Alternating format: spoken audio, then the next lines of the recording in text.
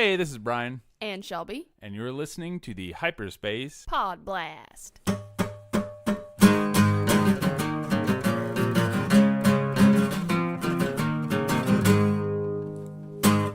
Aren't you a little short for a podcast? Huh? Welcome in once again to Rapid Fire Fandom Friday. Do you hear something? 2, 5, 7, 1, 2, 3.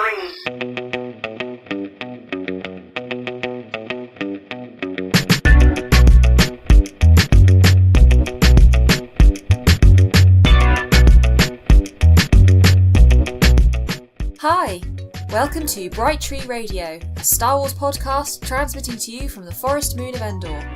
I'm one of your hosts, Sophie. And I'm Phil. So sit back, grab yourself a Corellian ale, and enjoy the show.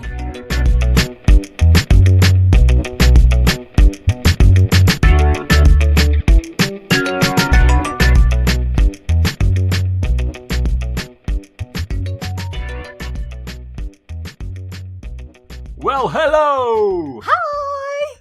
And this is Phil and Soph That's from... Bright Tree Radio! And we're going to take over this episode of Rapid Fire Fandom Friday. Woohoo!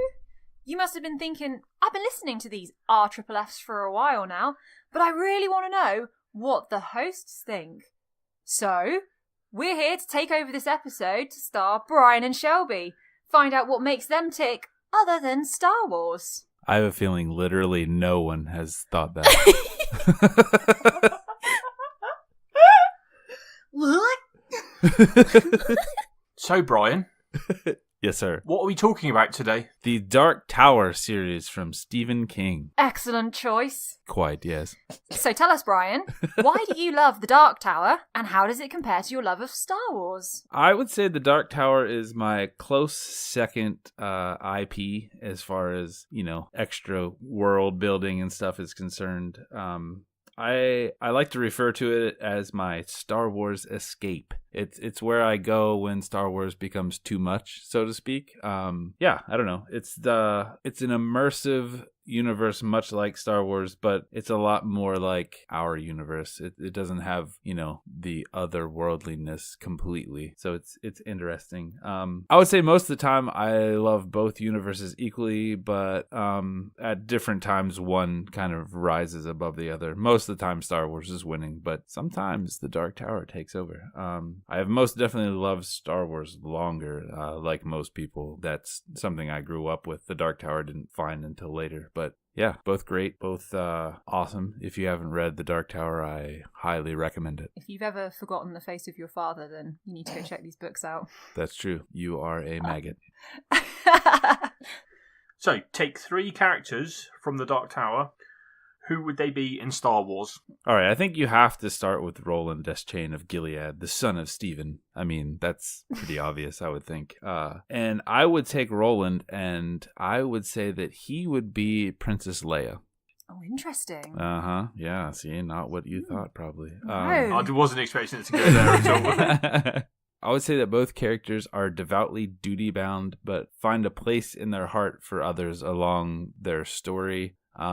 They both return to duty ultimately, though, as we've seen, with Leia going back to be the general of the Resistance. And then if you know the Roland story, he continues his quest for the Dark Tower, despite having options to, stop and sort of settle down with his quartet. But yeah, that's both of their base motivations. It's what makes them who they are, is their drive to fulfill their missions, to succeed at their whatever quest they're after. So I think that is why Roland and Princess Leia are kind of like alternate universe twins.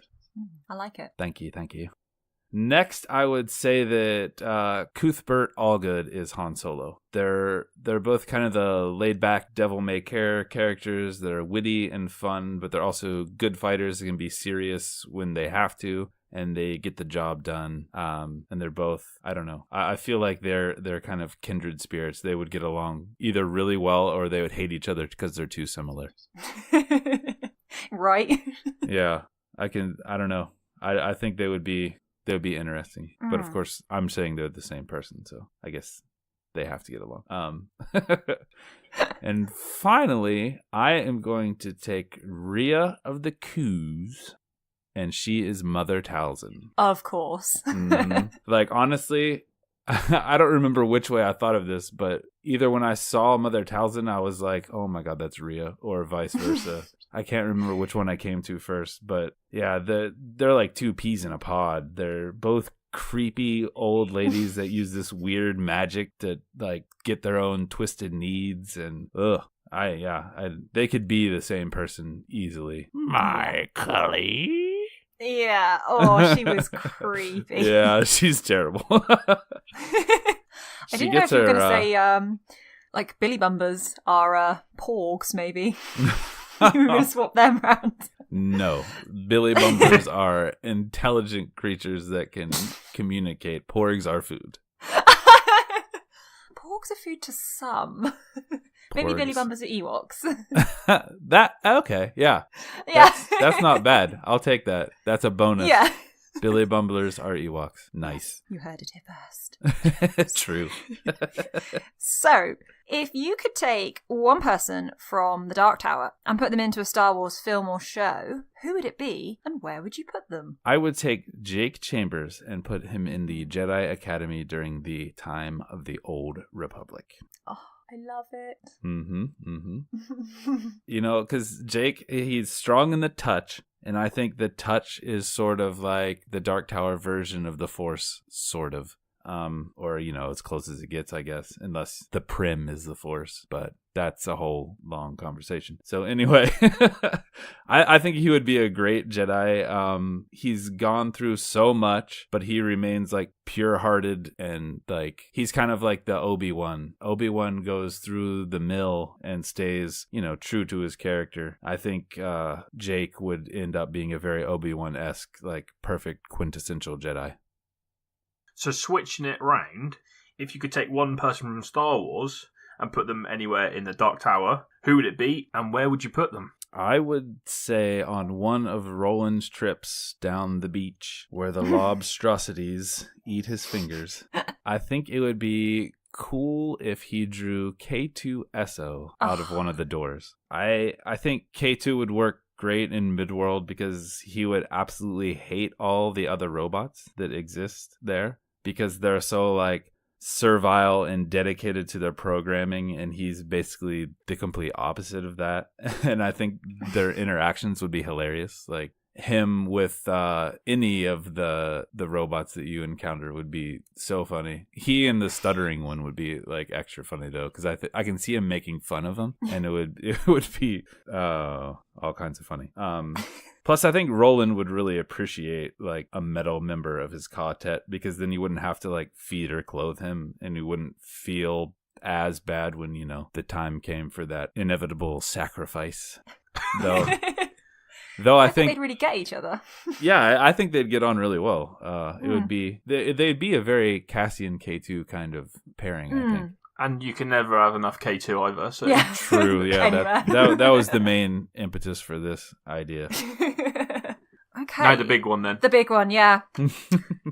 Ship a character from the Dark Tower and one with Star Wars. What do you think their relationship would be like? So I feel bad for Roland because he really only has that one lasting would-be loving relationship in his life. I mean, as far as we know anyway. And I think we pretty much know most of his life at this point. And it's sort of that doomed teenage Romeo and Juliet-esque romance anyway. So it's never really had a chance. So I would ship Roland with Jyn Erso. Oh, I knew you were going to say that. My heart. Yeah, both of them are like skilled and scrappy, and they do whatever it takes to get things done. So I think they would have a very well bonded relationship where they look out for each other, and they would they would be quite a tight knit pair. I don't know if it would replace Susan Delgado, but it would be close. Okay, final question then. What are the similarities between the Dark Tower and Star Wars? Well, I mean, like so many things, they're both about the trials and tribulations of saving the world, or, worlds.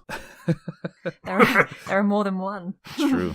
They both deal with a sort of fall from an old civilized society into an existence where many people have to scrape to get by. It's, a lot of what we see in the Dark Tower are people living like the people we see on Jakku, for example, or, Tatooine, or any sort of forgotten backwater planet. They also both have that pull to abandon the quest for good, or, for the light, and do what's easier to take the dark path and essentially give up. And, of course, no one does, and the heroes do the right thing and save the day. And also, just like Star Wars seems to keep moving forward and reinventing itself, especially with The Last Jedi, so too does Roland's quest. Ka is a wheel, after all. I love it. Well, thank you so much for that, Bryan. That was great fun. Well, you're quite welcome. This was really a good idea for an episode. You should do this more often. Where can people find you on the internet, Bryan? Well, I'm on Twitter at Blivengo, Blivengo. And that's about the only place I really hang out online, so hit me up there, bruh. Excellent. Thank you very much for appearing on this special episode of RFFF. Do you have a spare hour to fill? Why not listen to Bright Tree Radio, a Star Wars podcast filled with the random chat from films, TV, and even books. We answer the big questions like, who is Snook? And is it Palpatine like a fine wine? You can find us on Podbean, iTunes, and even Spreaker. Or you can get social with us on Twitter at Brighttree Radio. Ciao for now. Bye. And up next, for this special episode of RFFF, we have the other fabulous co-host of Hyperspace PodBlast. It's Shelby B8. Oh, hi! Hi! Hello. Today, you're going to be talking all about Adventure Time. Yes! Come on, grab your friends. So jumping straight in, why do you love Adventure Time, and how does it compare to your love of Star Wars? Well, Adventure Time is something that I was a huge fan of before I got into Star Wars. It's a kids show that has really deep world building while being really kind of far out there and weird. So you have episodes where there's this overarching plot that isn't even mentioned sometimes, and they go off in a whole different direction others, so you think that they're going to be tying something up soon, but then they're just like, they drop this other huge plot bomb on you all the time. So the characters are really strange and fun and otherworldly, although it seems like it kind of runs in a parallel universe to ours. So I really love it. In comparison to Star Wars, I'd say it's almost equal in a lot of ways. There's a lot more Star Wars content coming out right now, though, so that's usually my main focus. But anytime there's a new Adventure Time episode or a group of episodes, I'm on it. So, if you could take 3 characters from Adventure Time, who would they be in Star Wars? Well, first I would take Finn, and he's definitely Luke. He's the hero, he's eager for adventure, he wants to save people and do good. Finn kind of is who I think Luke was after Return of the Jedi. And he's just so pure of heart, and anytime he has some sort of conflict, he kind of has to work through it and overcome it as the hero. So it's always interesting to see the inner workings of Finn's brain. And then I would take Fiona, which I don't know if you know, but Adventure Time has an alternate universe, which is actually, you're not sure if it's real or not sometimes. It's actually a fan fiction written by Ice King. Where it's basically a gender swap of everybody in Adventure Time. So the gender swap of Finn is Fiona. And I would say Fiona, being, kind of the female version of Finn, is Leia. So This alternate universe twin stuff I think that Fiona is also the hero, and, she's just the other side of Finn. And then finally, something kind of fun, Lumpy Space Princess. There's all these Cloud, different... yeah? Yes, the Cloud. There's so many princesses in the land of Ooh. But Lumpy Space Princess is a little bit different and always brings that comedic relief, so I would say Lumpy Space Princess is Jar Jar. Nice. So I can imagine Jar Jar saying, like, "Oh my glob," in a Valley Girl accent. Yes, he could definitely say something like that. I'd like to see a purple Jar Jar as well. I think it would be really funny. Yeah. So, if you could take one person from Adventure Time and put them into a Star Wars film or show, who would it be and where would you put them? I would take Princess Bubblegum and drop her into Star Wars probably sometime in the Resistance, especially right now after The Last Jedi. She's a scientist and a princess, so I can see her making a bunch of awesome gadgets for them. I think she would be a great asset. Definitely. I think the Resistance could do with someone like her right now, Yeah. to be honest. Yeah. I think they could do with anyone. Yeah. They need all the help they can get. So putting the shoe on the other foot, if you could take one person from Star Wars and put them anywhere into Adventure Time, who would it be and where would you put them? I think I would take R2 and put him into Adventure Time. I think R2 would be a great friend to BMO. Yes. BMO, honestly, I always think of BMO as like another droid. So there's all these different, like there's BMO, AMO, all of those different, Mo's. And I think that R2 would get along with them, but specifically BMO. BMO's really funny and quirky, so I think that they would be best buds. I think that'd be adorable. Honestly, it was hard to choose between Princess Bubblegum and BMO to put into Star Wars. BMO would be an amazing addition. I think he and BB-8, it would be great. Yes, that would be adorable. That could be a new droid trio. I'm not sure what 3PO would make of BMO, whether it'd be a bit too much for him with R2 and BB-8, but I think it'd be adorable. So, again, the big question here, ship one character from Adventure Time with one from Star Wars. What would their relationship be like? I'm going to go back to the Adventure Time alternate universe and take Fiona and put her with Han Solo. I think that they would have that Leia-Han dynamic going on, and they would go on many adventures together. I could see them trying to capture Rathtars and stuff like that. I think that they would have a blast. Plus, I think Fiona would get along with Chewie. Which is important. That's like must love dogs, must love Chewie. Yeah.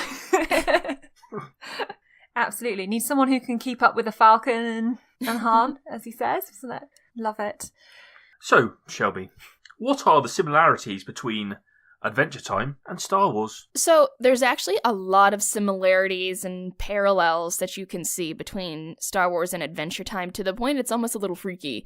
Finn actually loses his arm multiple times within the main universe as well as multiple universes, and it's always the same arm, and it's often replaced with some sort of robotic arm. Wow. His father was a less than stellar guy that, is out in space doing some questionable things.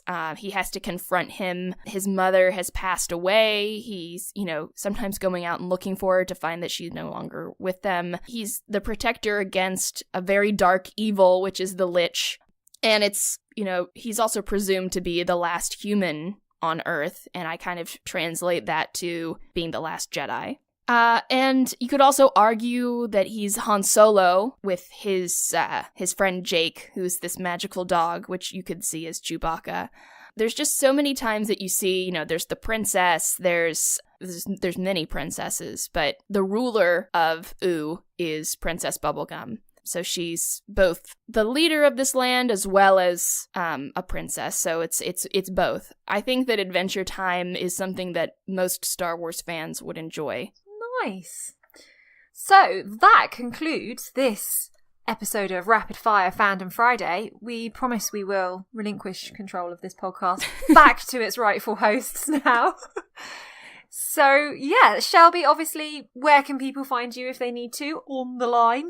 You can find me on Twitter at ShellBB8. That's 1L Shell BB8.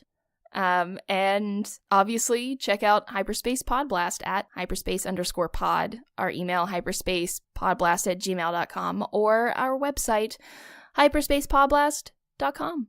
Excellent. We're going to get back to Endor now, aren't we? Ciao for now! Bye! Bye!